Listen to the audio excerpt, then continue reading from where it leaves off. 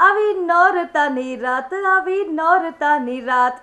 નમસ્કાર, નવલી નવરાત્રિના વધામણા થઈ ચૂક્યા છે. આજે નોરતાનો પહેલો દિવસ છે. ઠેર ઠેર નવરાત્રિને લઈને જે અત્યાર સુધી તૈયારીઓ ચાલી રહી હતી તેને લઈને આજે ખાસ નોરતાનો જ્યારે પહેલો દિવસ હોય, તમામ ભક્તોમાં આજે ખુશીનો માહોલ છવાયો છે. આસો સુદ નોરતા આવી ચૂક્યા છે. નવલી નવરાત્રિનો આજે પહેલો દિવસ છે અને નોરતાને લઈને આજે આપણે ચર્ચા કરીશું. નવરાત્રિનો પહેલો દિવસ હોય, સમગ્ર મામલે આજે ચર્ચા કરીશું. આપણી સાથે જ્યોતિષાચાર્યજી જોડાઈ ચૂક્યા છે, જે સ્ટુડિયોમાં આપણી સાથે ઉપસ્થિત છે.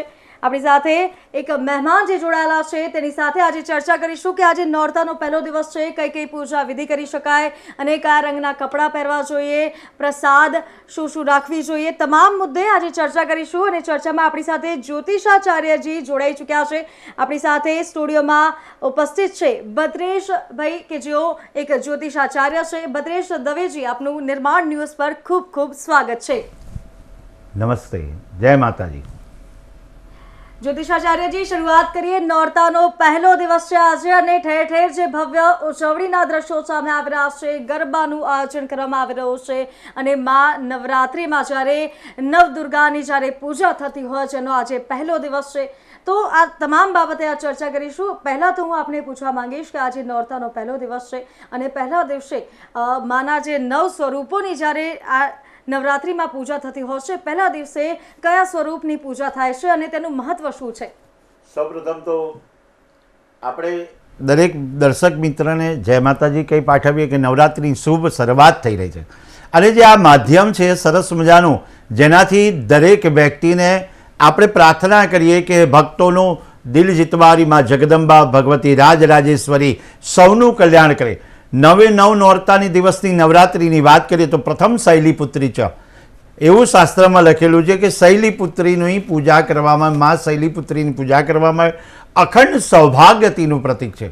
શાસ્ત્રમાં લખેલું છે અખંડ સૌભાગ્યવતીનું પ્રતીક અને દેવીની પૂજા આરાધના જે અવસર આપણને પ્રાપ્ત થયો. તમે કીધું એ પ્રમાણે કે તૈયારીઓ અનંતથી થતી હોય, આનંદથી થતી હોય, દરેક વ્યક્તિ તૈયારી કરતા હોય એટલે આપણે કહેવામાં આવે કે પ્રતીક્ષા કરતા હોય, નવરાત્રિની નવ રાત્રિની પ્રતીક્ષા કરતા હોય. આમ તો નવરાત્રિ છે ને એ બે પ્રકાર આપણે જોઈએ ને તો બે નવરાત્રિ બહુ પ્રચલિત છે. એક તો ચૈત્રી નવરાત્રિ અને એક શારદીય નવરાત્રિ. આપણે સર્વપ્રથમ વાત કરીએ શારદીય નવરાત્રિમાં, એટલે કે જ્યારે આસો મહિનાની જે નવરાત્રિ છે એમાં આપણે માં ભગવતી રાજરાજેશ્વરી જગદંબિકા શૈલીપુત્રીની આરાધના કરીશું. શૈલીપુત્રીની આરાધનામાં દિવસ સુંદર મજાના છે, દરેક પ્રકારની આરાધના લખેલી છે. પણ અહીંયા સર્વપ્રથમ આપણે એક માર્ગદર્શન આપીએ કે આજના દિવસે જ્યારે આપણે ઘટ સ્થાપન કરવાનું હોય, ઝવેરા વાવવાના હોય ત્યારે એના મુહૂર્તો આપણે જોઈએ. મુહૂર્તો બહુ અગત્યના છે કે શાસ્ત્રમાં આમ તો મુહૂર્ત વિશે પૂછવામાં આવે તો ઘણીવાર એમ કહેવામાં આવે છે કે આપણે બ્રહ્મ મુહૂર્તમાં ઉઠી જઈએ અને બ્રહ્મ મુહૂર્તમાં જે કામ કરવામાં આવે એ બ્રહ્મ મુહૂર્તથી કામનું આપણે સારું પરિણામ આવે છે.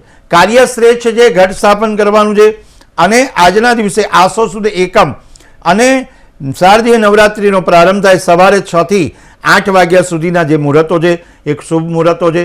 બીજું મુહૂર્ત છે જ્યારે 9:35 થી 11 વાગ્યા સુધી અને જ્યારે અભિજીત મુહૂર્તમાં પણ આપણે કરી શકાય. બપોરે 2:15 થી આપણે સાંજે 6:30 સુધીના શુભ મુહૂર્તો જણાવ્યા છે, એ રીતે કરી શકાય. માતાજીની આરાધના કરવા માટે પ્રથમ શૈલીપુત્રી, એટલે તમે પ્રશ્ન જે કર્યો ને કે શૈલીપુત્રી માતાની પૂજા કેવી રીતે કરી શકાય, કારણ કે શૈલીપુત્રી માતાની પૂજા સફેદ રંગની વસ્તુથી કરવામાં આવે છે. સફેદ રંગમાં શૈલી માતાને પ્રિય છે, શૈલીપુત્રી માતાને, અને એ સ્નાન કર્યા પછી સફેદ વસ્ત્રો પણ આપણે ધારણ કરી અને માતાજીની ઉપાસના અને આરાધના કરી શક્યા છે. સર્વપ્રથમ તો આપણે જણાવીએ કે પૂર્વ દિશામાં તમારું મુખ રાખવું જોઈએ અથવા તો ઉત્તર દિશામાં મુખ રાખી અને પૂજાના સ્થાનમાં લાલ કપડું મૂકી અને બાજોટ ઉપર માતાજીને બિરાજમાન કરવાના. મા દુર્ગાનું ચિત્ર સ્થાપિત કરવાનું અથવા માતાજી શૈલીપુત્રીનું ચિત્ર સ્થાપિત કરી અને માતાજી જગદંબાની આરાધના કરવાની.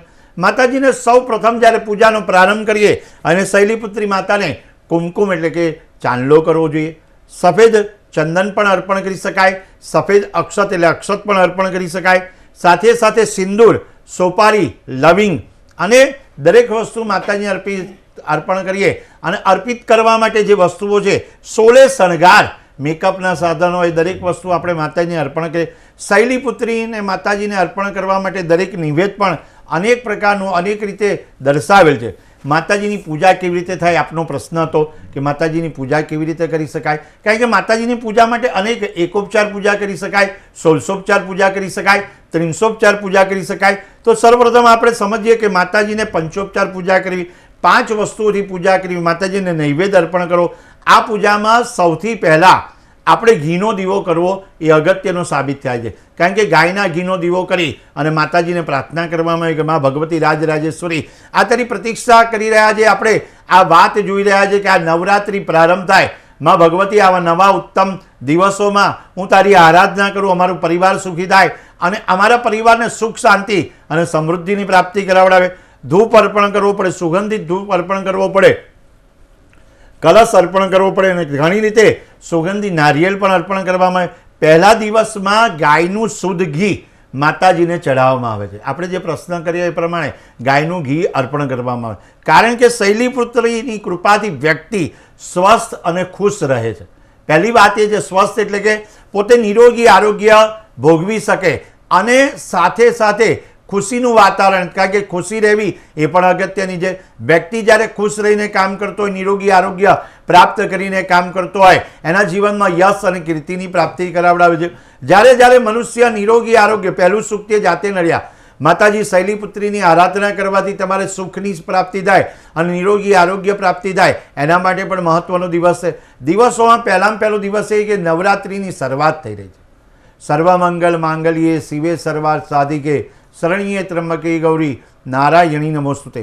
માતાજીની પૂજા કરવી એ યોગ્ય પરિણામ તમને આપી શકે છે. માતાજીને પહેલા જ દિવસે કઈ રીતે પૂજા કરવી આપણે જણાવ્યું.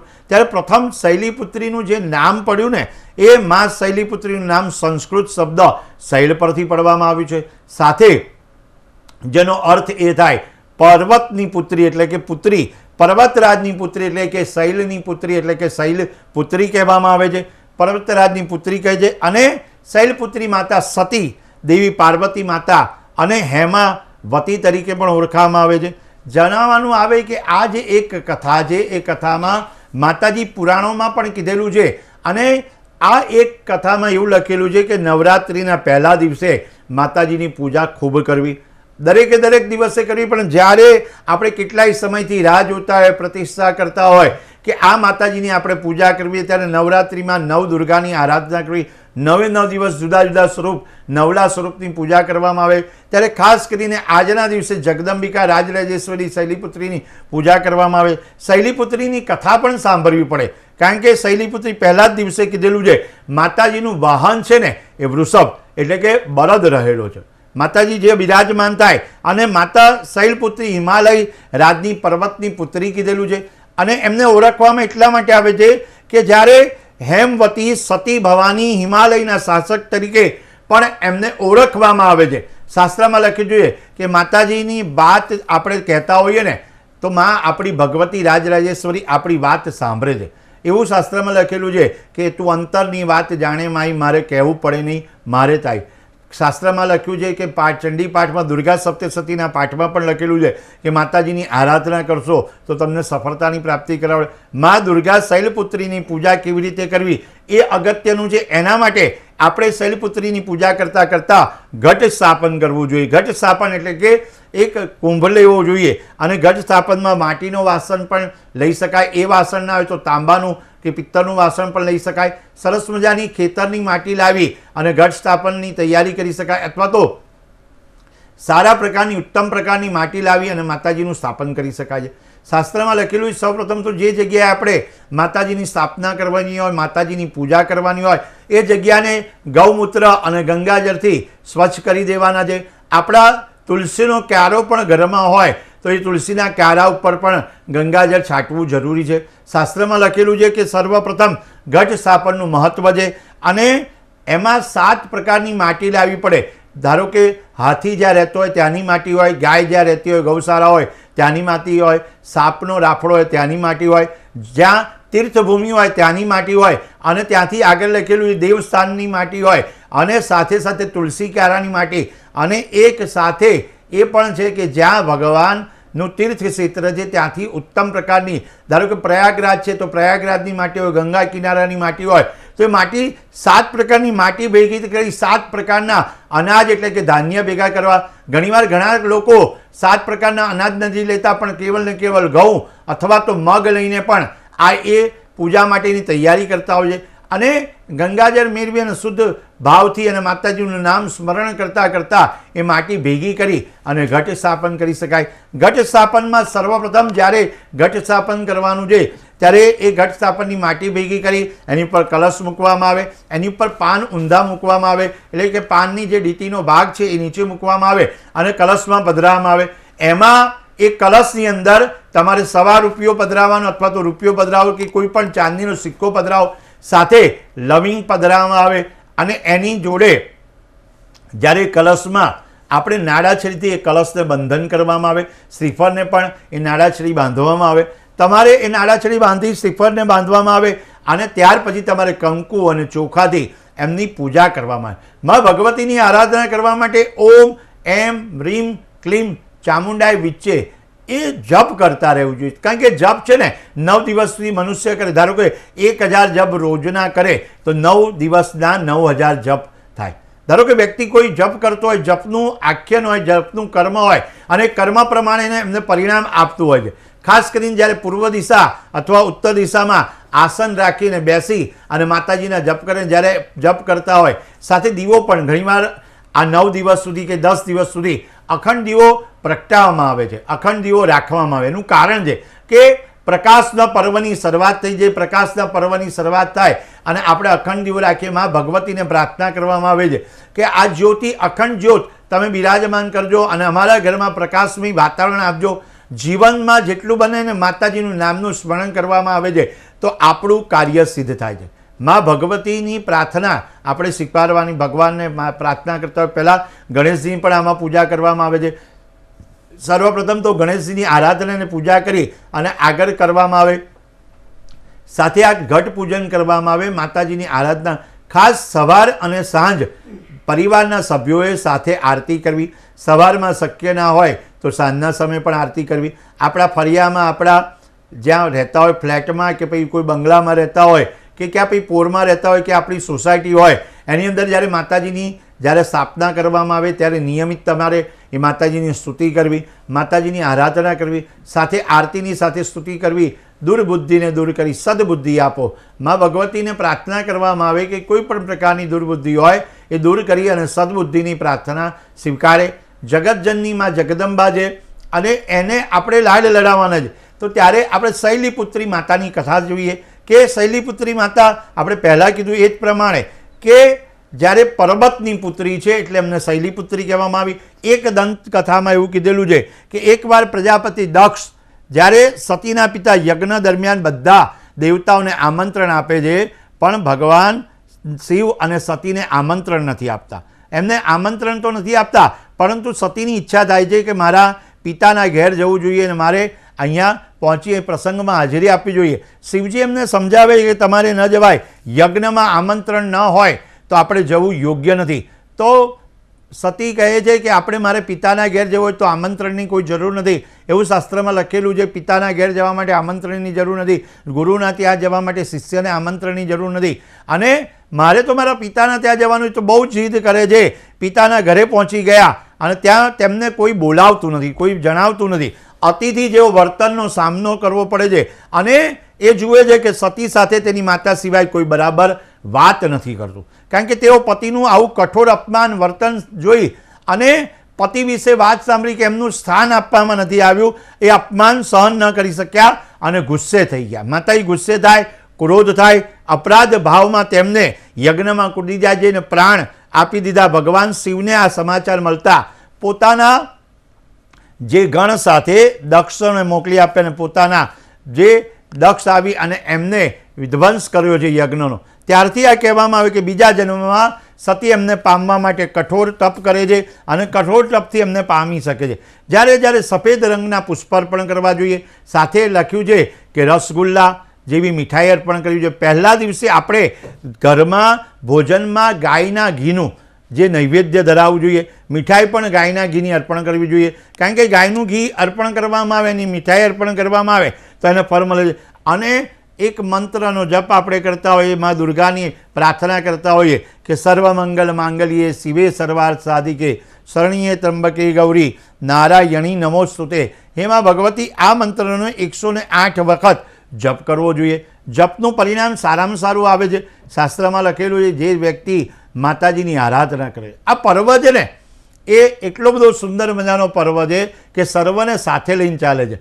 જોજો, તમે જોજો, આ પરિવારના સભ્યો છે ને, આખો દિવસ પૂજા પાઠ કરશે, આરતી કરશે, વંદના કરશે, સ્તુતિ કરશે અને સાથે ભોજન એટલે કે નાસ્તો પણ કરશે. પણ આજના દિવસોમાં, નવરાત્રિમાં 9 દિવસમાં કોઈ વ્યક્તિએ આરાધના કરવી હોય, ઉપાસના કરવી હોય તો એને ઉપવાસ કરવો અગત્યનો છે. ઉપવાસ કરવાથી એને ફાયદો રહે. ઉપવાસની વ્યાખ્યા એમ થાય કે ઉપ વત્તા વાસ એટલે ભગવાનની સમીપ રહેવું, માતાજીની સમીપ રહેવું. આપણે જેટલું ભોજન ઘટે ને એટલું ભજન વધે.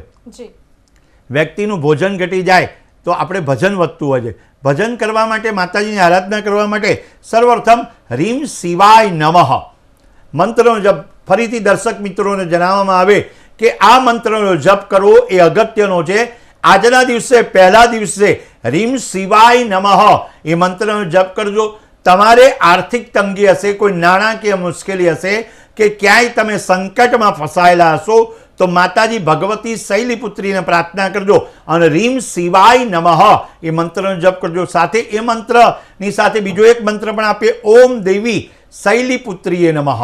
ઓમ દેવી શૈલીપુત્રીએ નમઃનો મંત્રનો જપ પણ કરી શકાય. એનાથી તમારા જીવનમાં યશની પ્રાપ્તિ કરાવડાવશે, કીર્તિની પ્રાપ્તિ કરાવડાવશે અને લાભ પણ મળશે. આ નવરાત્રિના પર્વમાં માતાજીના વિવિધ, જે આપણે જોઈએ કે દરેક પ્રકારથી આપણને આનંદ કરાવવાવાળા માતાજી ભગવતી દરેકને આશીર્વાદ આપવા માટે આવે. આનંદ એટલા માટે છે કે જ્યારે કોઈ તમારા ઘરમાં મહેમાન આવે ત્યારે તમને આનંદ થઈ જાય. તો એવી રીતે મા ભગવતી રાજરાજેશ્વરી દુર્ગા અને જગદંબિકા તમારા ઘરના પટાંગણમાં પધારે એવું શાસ્ત્રમાં સ્તુતિમાં લખેલું છે. ભલે પધાર્યા અમારે આંગણે, નર નારી સૌ નમન કરે, દર્શન કરતા માત ભવાની અમારા દુઃખ ટરે. કોઈ પણ પ્રકારના દુઃખ હોય ને એમાં ભગવતી તમે એ દુઃખને દૂર કર. અને એટલે જ ભગવતીની સ્તુતિમાં કહેવામાં આવે, દુઃખ કો દૂર કર, સુખ ભરપૂર કર, આશા સંપૂર્ણ કર, માત ભવાની. એ મા ભગવતી તારી સ્તુતિ કરીએ. એમાં મા ભગવતીનો ધ્યાન મંત્ર પણ છે, વંદે વાંચિત લાભાય ચંદ્રાગલકુ શેખરામ વૃષારૂઢા સુલાધરા શૈલપુત્રી યશસ્વિની. જે વ્યક્તિને ખાસ કરીને અપયશ મળતો હોય, જીવનમાં યશની પ્રાપ્તિ ન થતી હોય, ત્યારે આમાં શૈલીપુત્રીનું ધ્યાન ધરે, શૈલીપુત્રીની આરાધના કરે તો એમને હંમેશા યશની પ્રાપ્તિ થશે. જીવનમાં દરેક વ્યક્તિને કંઈક ને કંઈક તો માન જોઈએ ને અપમાન એ સ્વીકાર નથી કરતા. અને માન અને સ્વાભિમાનથી એ કામ કરતા હોય અને સાથે સાથે અભિમાન ના આવવું જોઈએ. સ્વાભિમાન આવે તો વાત એવી છે, પણ અભિમાન હોવું જોઈએ નહીં.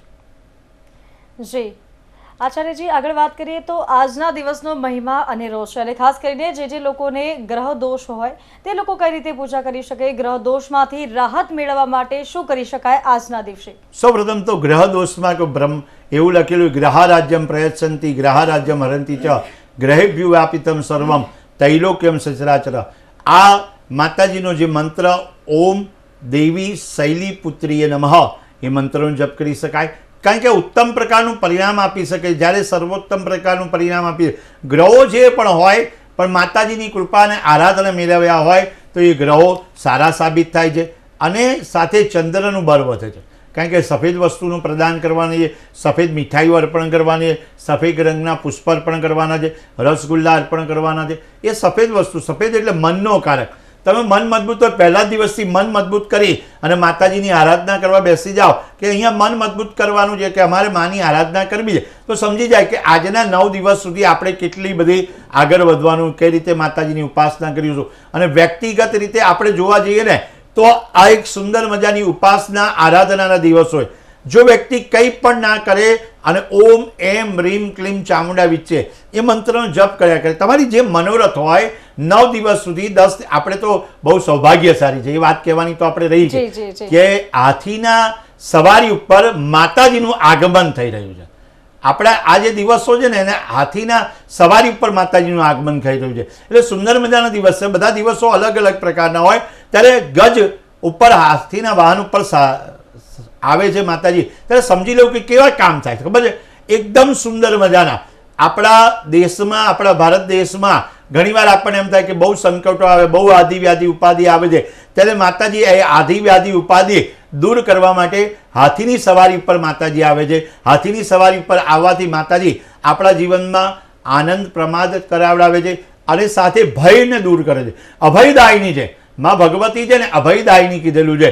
અભયદાયિની માતાજીને પ્રાર્થના કરવામાં આવે કે અમારા જીવનમાં, અમારા પરિવારના જીવનમાં કોઈ પણ પ્રકારનો દુઃખ હોય, કોઈ પણ પ્રકારનો શોક હોય, કોઈ પણ પ્રકારનો તાપ હોય, એ તાપને દૂર કરી અને હંમેશા તારી આરાધના કરીએ અને તારી પૂજા કરીએ. જો તમે દરેક વ્યક્તિ કોઈ પણ જગ્યાએ હોય, અંબે માની પૂજા કરતો હોય, જગદંબાની પૂજા કરતો હોય, શેરાવારીની કરતો હોય, સાચે દરબારની કરતો હોય, દરેક પ્રાંતમાં જુદી જુદી રીતે નામ લેવાતું હોય, પણ અંતે માતાજીની પૂજાનો સમય એને ફાળવેલો હોય અને એટલા માટે કુળદેવીની પૂજા કરવાથી એને સારું પરિણામ પ્રાપ્ત થાય છે.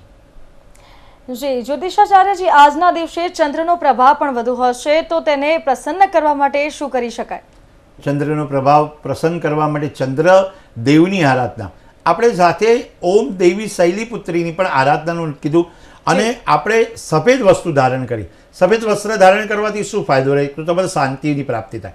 જો દરેક કલરમાં આપણે સફેદ કલર જોઈશું તો સૌપ્રથમ તમારે એક વાતને નોંધ કરવા જેવી, ત્યારે તમારે રીચ બનવું હોય ને, એટલે કે તમારે ખૂબ અમીર બનવું હોય તો તમારે સફેદ કપડાં ધારણ કરવા જોઈએ અને શાંતિનું પ્રતીક. તમારે તનનું પણ શાંતિ મળે છે, મનની પણ શાંતિ મળે છે અને ધનની પણ શાંતિ આપણને પ્રાપ્ત થાય. કારણ કે ધન છે ને એ દરેક વ્યક્તિને જરૂરી થઈ ગયું. તુમ બિન યજ્ઞ ન હોય, તુમ બિન ખાન નહીં પાતા, ખાન પાન કા વૈભવ તુમ બિન નહીં આતા. એટલે માતાજીની મહાલક્ષ્મીની આરાધના, મહા સરસ્વતીની આરાધના અને મહાકાલીની આરાધના, આમ તો 3 દિવસની આરાધના જુદા જુદા પ્રકારની લખેલી છે. તો એમાં સર્વપ્રથમ લખેલું છે મહાકાલીની 3 દિવસની આરાધના થાય, પછી મહાલક્ષ્મીની આરાધના થાય 3 દિવસ અને પાછળના 3 દિવસ મહા સરસ્વતીની આરાધના થાય. જો તામસી પ્રકૃતિ, રાજસી પ્રકૃતિ, સાત્વિક પ્રકૃતિના મનુષ્ય આરાધના કરવામાં માતાજીને હંમેશા આગળ કરીને કામ કરતા હોય. ખાસ આ નવરાત્રિ એટલે કે 10 દિવસ સુધી જે આપણે કામ કરવાનું છે, ત્યારે ભગવતીની આરાધના કરીને કાર્ય કરવાનું. યશ મળશે, કીર્તિ મળશે. સર્વા બાધા વિનિર્મુક્તો ધનદાનીય સુતાન્વિતમ મનુષ્યમત પ્રસાદેના ભવિષ્યતિના સંશય. ભવિષ્યમાં પણ કોઈ તકલીફ નથી પડતી.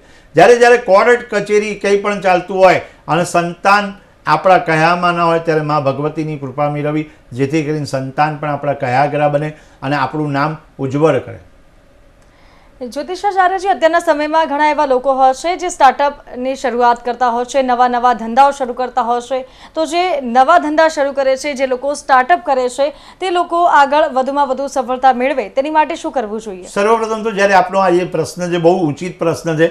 કારણ કે જ્યારે શરૂઆત હોય ને, પ્રારંભનો દિવસ હોય, પ્રારંભ સારો હોય ને તો તમારું પરિણામ પણ સારું આવે. ત્યારે નવરાત્રિના પહેલા જ દિવસે આપણે માતાજીની આરાધના કરતા હોય, ગણેશજીની ઉપાસના કરતા હોય. ખાસ કરી ગણેશજી, મહાલક્ષ્મીની કૃપા મેળવવાની છે. નવી શરૂઆત કરો, નવું સ્ટાર્ટિંગ કરો છો, ત્યારે તમારા પટાંગણમાં, વ્યવસાયમાં કે જ્યાં તમારું ક્ષેત્ર છે એ વ્યવસાયમાં કપૂર પ્રગટાવવાનું છે. કપૂરનો કલર છે ને સફેદ કલર છે, એટલે કપૂર પ્રગટાવવાનું 9 દિવસ સુધી નિયમિત. આમ તો 365 દિવસ જો તમારા વ્યવસાય ક્ષેત્રમાં, વેપાર ક્ષેત્રમાં તમારે કપૂર રોજ પ્રગટાવો અને મનની ઈચ્છા પરિપૂર્ણ કરે. સૌપ્રથમ તો એમ કહેવામાં આવે છે કે કપૂર જ્યારે પ્રગટાવવામાં હોય ત્યારે તમારા મનોરથ સિદ્ધ કરવા માટે એક વખત ડાબા હાથમાં કપૂર લો, એની અંદર કપૂર મૂકો, હથેળીમાં જમણો હાથેની ઉપર મૂકો અને તમારી વિશ હોય એટલે કે તમારી ઈચ્છા હોય કે મારી આ ઈચ્છા છે, એ ઈચ્છા રોજ તમારા વેપાર ક્ષેત્રમાં જઈને બોલો અને તમારી પ્રગતિ થાય. અને ખાસ શ્રીફળ, નવરાત્રિના 9 દિવસમાં તમારે શ્રીફળ માતાજીને અર્પણ કરવા. આમ તો શણગાર લખ્યો છે, દરેક વસ્તુ અર્પણ કરવી જોઈએ, પણ આપણે શક્ય હોય તો માતાજીને એક શ્રીફળ પહેલા જ દિવસે માતાજીના ચરણમાં એક શ્રીફળ અર્પણ કરવાનું. શ્રીફળ લક્ષ્મી પ્રદાન છે, શ્રીફળ હંમેશા યશ પ્રદાન છે. શ્રીફળ જે યોગ્ય રીતે આપણે માતાજીના ચરણમાં અર્પણ કરી અને અરજી કરવાની કે મા ભગવતી, મારો વેપાર ખૂબ ચાલે, મારા ક્ષેત્રમાં પ્રગતિ થાય અને યશની પ્રાપ્તિ કરાવડાવે.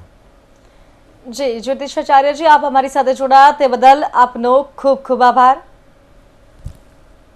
જય માતાજી. તો નવલા નોરતાનો પહેલો દિવસ હોય તેની આપ સૌને ખૂબ ખૂબ શુભકામનાઓ. મને આપશો રજા. નમસ્કાર.